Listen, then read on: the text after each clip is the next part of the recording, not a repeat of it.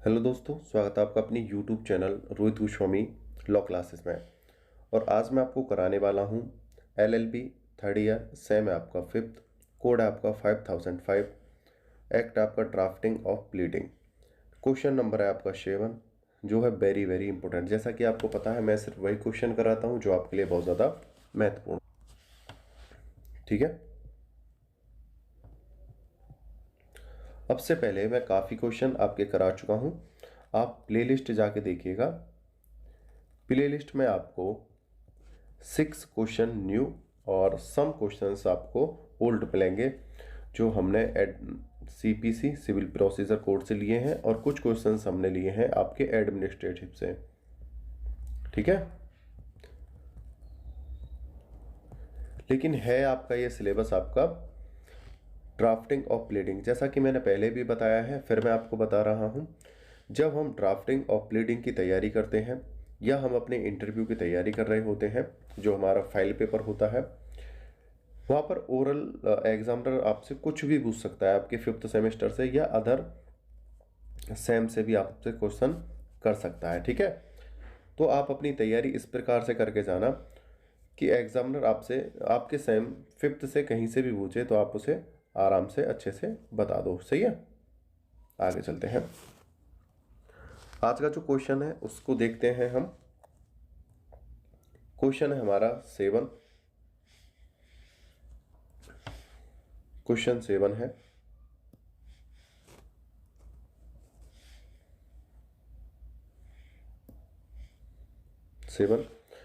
पत्नी और पत्नी की ओर से क्रूरता के आधार पर पति से तलाक के लिए किए गए दावे का वाद पत्र व प्रतिवाद पत्र लिखिए।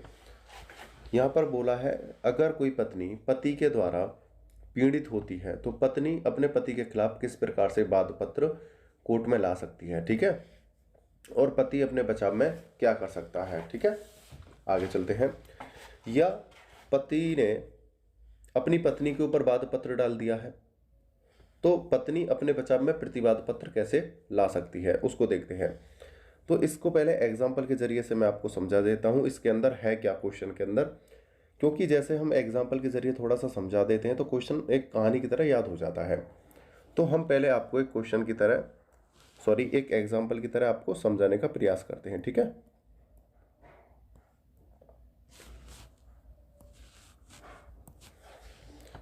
एक पति है, ठीक है, एक पत्नी है। पति और पत्नी मतलब इनकी जब शादी हुई थी तब पति की उम्र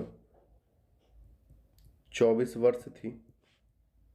ठीक है, और जो पत्नी की उम्र जो थी वो थी 20 वर्ष। इन दोनों की शादी आपसी रजामंदी से, फैमिली की रजामंदी से और प्यार से हुई थी। दोनों का दाम्पत्य जीवन, यानी जो संबंध होते हैं इनके पति पत्नी के संबंध, इनके दाम्पत्य 6 वर्ष तक सही चलता रहा। ठीक है, 6 वर्ष तक इनकी कोई भी संतान नहीं होती है। ठीक है, 6 वर्ष तक कोई संतान नहीं होती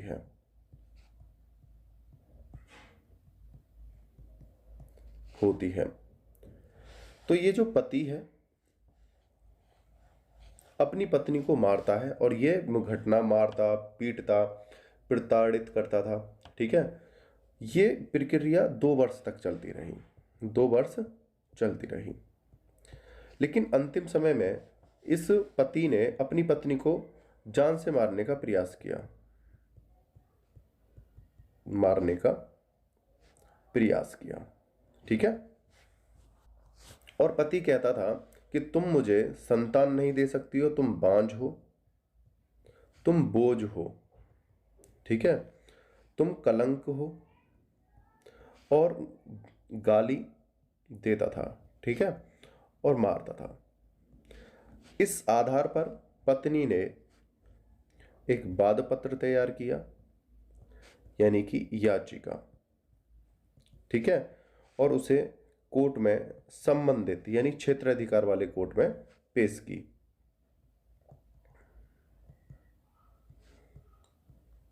ठीक है, ये घटना है, पत्नी अपने बचाव में अपने पति से तलाक मांगती है और वो कहती है कि मैं अब इस व्यक्ति के साथ, अपने पति के साथ नहीं रह सकती हूँ। इसका जो आचरण है बहुत ही गंभीर प्रकृति का हो गया है, बहुत ही तनावपूर्ण और खतरनाक हो चुका है। मैं इससे डाइवोर्स चाहती हूँ और क्या, तलाक।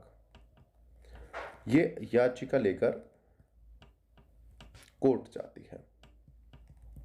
ठीक है, आगे चलते हैं। जब लड़की कोई याचिका लेकर कोर्ट, मतलब कोई भी याचिका लेकर कोर्ट जाता है तो उसको कहते हैं पिटिशनर। ठीक है, कोई याचिका लेकर कोर्ट में जाता है तो उसे पिटिशनर कहते हैं। लेकिन जब कोई याचिका लेकर तलाक की लेकर जाता है, किसकी, तलाक की,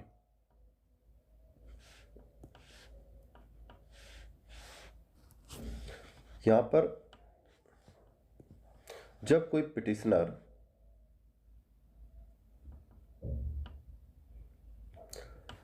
तलाक की यानी हमारी डाइवोर्स की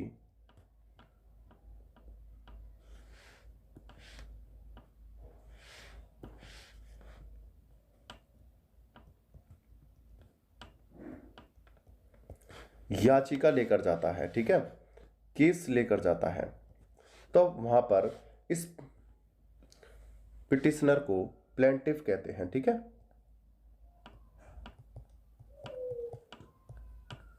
एक बात ध्यान रखना, पिटिशनर कहते हैं जब कोई याचिका लेकर जाता है, लेकिन अगर कोई डाइवोर्स की याचिका लेकर जाता है तो प्लेंटिफ कहते हैं। ठीक है, आगे चलते हैं। इसको हम, जो हमारा वादी है, प्रतिवादी है,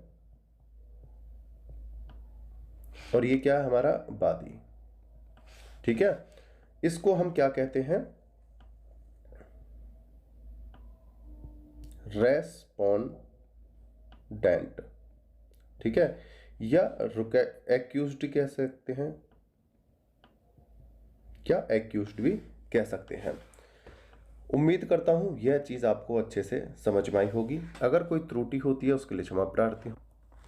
अब ज्यादा बात ना करते हुए अपने क्वेश्चन को देखते हैं।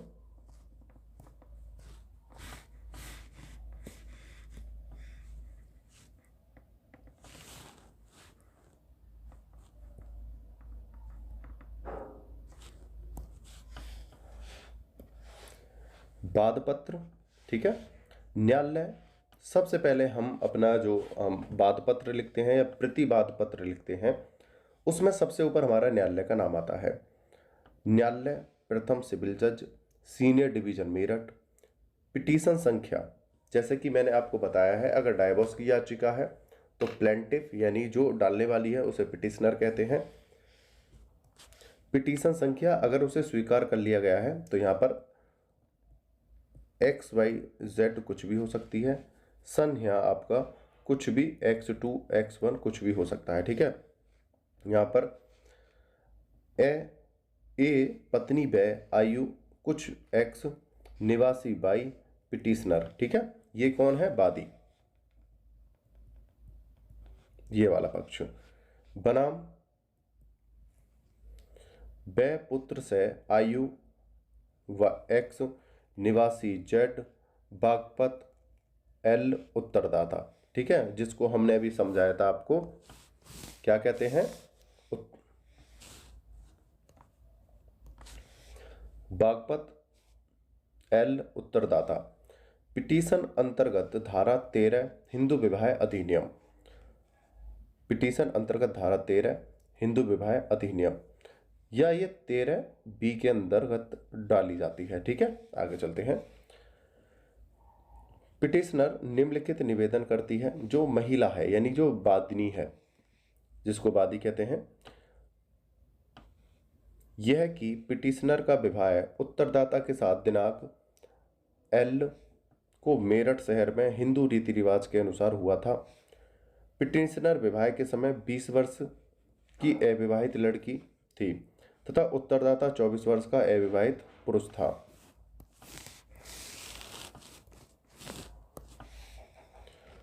दूसरा पॉइंट है यह कि विवाह के पश्चात 6 वर्ष तक पिटिशनर तथा उत्तरदाता साथ साथ दाम्पत्य जीवन व्यतीत करते रहे थे, परंतु दुर्भाग्यवश कोई भी संतान उत्पन्न नहीं हुई। तीसरा नंबर का पॉइंट है, देखो जैसा कि मैंने पहले बताया था, हमें पॉइंट बाय पॉइंट लिखना होता है। यह कि संतान न होने के कारण उत्तरदाता पिटिशनर को पिछले 2 वर्ष से तरह तरह के कष्ट देने लगे, क्योंकि वह पिटिशनर को बोझ तथा दूसरे विवाह में बाधा समझते हैं। ठीक है, तो यहाँ पर बोला है कि पिछले 2 वर्ष से एक तो वो उसे मारते हैं, पीटते हैं, बोझ समझते हैं, बाँच बोलते हैं, गाली गलौज करते हैं, और अंततः उन्होंने हद तब कर दी जब उन्हें आत्महत्या नहीं, जान से मारने का प्रयास किया। ठीक है, और वो उसे दूसरा विवाह करने में बाधा समझते थे। आगे 4th नंबर का पॉइंट है, देखते हैं। 4th नंबर का पॉइंट है यह कि दिनांक खालिस्तान को उत्तरदाता ने पिटिशनर को बुरी तरह पीटा और जान से मारने की कोशिश की। ठीक है, ये बहुत ज़्यादा हद हो गई थी। आगे चलते हैं।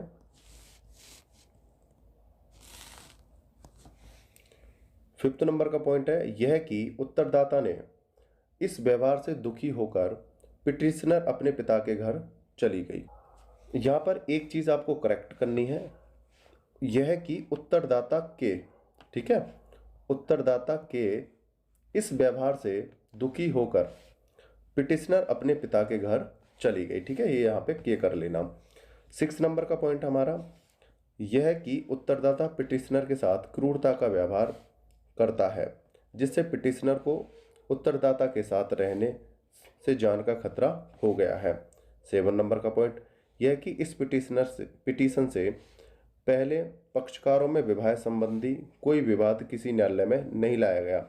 मतलब ये पहला वाद है, इससे पहले किसी भी प्रकार का कोई विवाद या कोई कोर्ट में केस नहीं है इन पति पत्नियों का। ठीक है, आगे 8 नंबर का पॉइंट है यह कि पिटीशन को चलाने में या प्रस्तुत करने में पिटिशनर व उत्तरदाता की कोई मिली भगत नहीं है। मतलब इनकी आपस में कोई मिली भगत नहीं है कि जैसे आपस में कोई संविदा कर ली हो कि भाई तुम मेरे ऊपर केस डालो, हम डाइवोर्स ले लेंगे और मैं दूसरी शादी कर लूँगा। ठीक है, इस प्रकार से कोई मिली भगत नहीं है, ना ही कोई किसी प्रकार का लालच है। 9 नंबर का पॉइंट है यह कि पिटिशनर ने उत्तरदाता के इस व्यवहार को कभी क्षमा नहीं किया और पिटीशन बिना आवश्यक देरी के प्रस्तुत किया जा रहा है। मतलब इसमें कोई विलंब नहीं किया गया है। पॉइंट नंबर 10 यह कि बाद का कारण दिनांक खालिस्तान को उस समय उत्पन्न हुआ जब उत्तरदाता ने पिटिशनर को पीटा और उसकी जान लेने की कोशिश की। इस पिटीशन को सुनने का क्षेत्राधिकार इस न्यायालय को है। ये वाद पत्र तब तैयार किया है पिटिशनर ने, इस पिटीशन को तब तैयार किया है जब जो उत्तरदाता, जो प्रतिवादी है, जो पति है, इसने अपनी पत्नी को जान से मारने का प्रयास किया और सारी हदें पार कर दी। तब इस पिटीशन को कोर्ट में लाने का प्रयास हुआ है और जिस कोर्ट में इस याचिका को लेकर आया गया है उसको इस याचिका को सुनने का क्षेत्राधिकार है। ठीक है, आगे चलते हैं।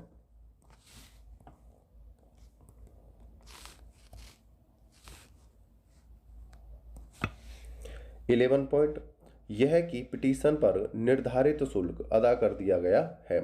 जो शुल्क है, कोर्ट शुल्क, वो हमने अदा कर दिया है। 12 नंबर का पॉइंट है क्या, यह कि पिटिशनर को उत्तरदाता के विरुद्ध विवाह विच्छेद की डिग्री प्रदान की जाए। मतलब मेरा इस याचिका को, इस पिटीशन को देने का सबसे मेन उद्देश्य यह है कि मुझे डाइवोर्स चाहिए। ठीक है, डाइवोर्स यानी हमें तलाक चाहिए।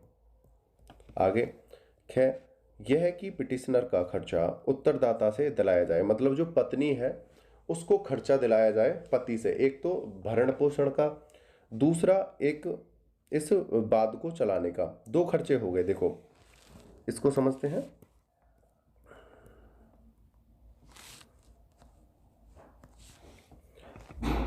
प्रथम और द्वितीय 2 खर्चे हो गए हैं। प्रथम कौन सा है, भरण पोषण का। ठीक है, जो पहले हमारा सीआरपीसी की धारा 125 में आता था, लेकिन अब हमारी सीआरपीसी चेंज होकर बीएनएसएस हो गई है, तो अब भरण पोषण आपके 144 में आएगा, ठीक है, 144 में। किस में आएगा? 144, ठीक है। याद रखना इस बात को, भरण पोषण माता पिता का, बच्चों का, पत्नी का, किसी का भी हो 144 में आएगा, ठीक है। पहले आता था 125 में, इसे कट कर दिया। अब BNSS में 144 में भरण पोषण है, ठीक है। द्वितीय खर्चा कौन सा है? पत्नी जो बाद लेकर आई है, बाद पत्र लाई है, यानी कि जो याचिका लाई है, उसमें जो खर्चा आया है, जो कोर्ट खर्चा है, उसको भी पत्नी को दिलवाया जाए, ठीक है। आगे चलते हैं। हस्ताक्षर पिटिशनर यानी जो पत्नी है, पत्नी के हस्ताक्षर द्वारा एडवोकेट मतलब जो अधिवक्ता हैं उनके यहां पर हस्ताक्षर किए जाएंगे। इसे अच्छे से देख लेना, मैंने यहां पर समझाने का आपको पूरा प्रयास किया है। आगे चलते हैं।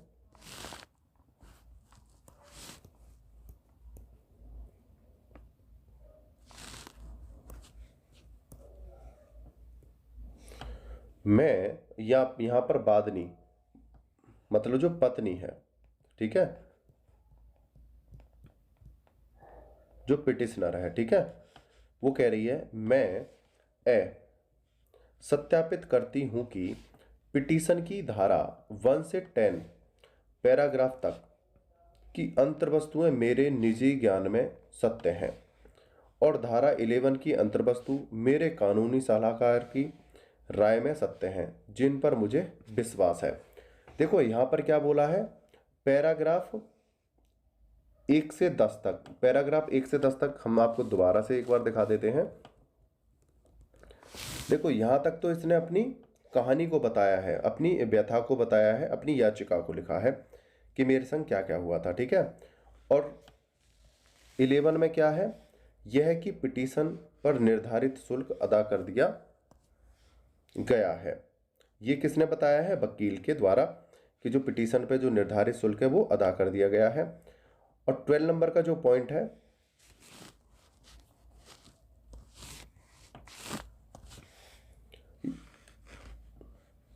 यह है कि पिटीशनर को उत्तरदाता के विरुद्ध विवाह विच्छेद की डिग्री प्रदान की जाए, मतलब इसमें डिमांड क्या है, ठीक है। 10 पॉइंट तो उसकी पिटीशन के थे, उसकी याचिका क्या है। 11वें पे कानूनी शुल्क था, कानूनी, और 12वें पे उसकी डिमांड क्या है, ठीक है, ये था। आगे चलते हैं, लास्ट देखते हैं अब। और ये सब सत्यापन करने के बाद आज दिनांक जो भी उसकी डेट हो, वहां की डेट कुछ भी हो सकती है आपकी XYZ, ठीक है, को मैं मेरठ में सत्यापित किया, हस्ताक्षर पिटीशन है, ठीक है। ये था आज आपका क्वेश्चन। उम्मीद करता हूं ये आपको अच्छे से समझ में आया होगा। समझाने का मैंने पूरा प्रयास किया है। अब भी कोई त्रुटि कहीं किसी भी प्रकार से रह जाती है, उसके लिए मैं क्षमा प्रार्थी हूं। और एक चीज और, ये जो आप रोहित गोस्वामी लॉ क्लासेस लिखा देख रहे हो, इसी नाम से हमारा एक व्हाट्सएप चैनल भी है, जिसका लिंक मैं डिस्क्रिप्शन में दे दूंगा, उसे आप फॉलो कर लो, जहां आपको लॉ से related update, news and notification provide कराए जाएंगे। अगर आपको लिंक नहीं मिलता है तो दिए हुए नंबर पे मैसेज करके हमसे लिंक मांग सकते हो। अगर किसी स्टूडेंट को हमारे PDF नोट्स चाहिए तो दिए हुए व्हाट्सएप नंबर पे SMS करके हमसे परचेज कर सकता है। 1 एक्ट की जो कीमत है 199 रुपये है, और ऑल एक्ट की कीमत हमारी 499 है।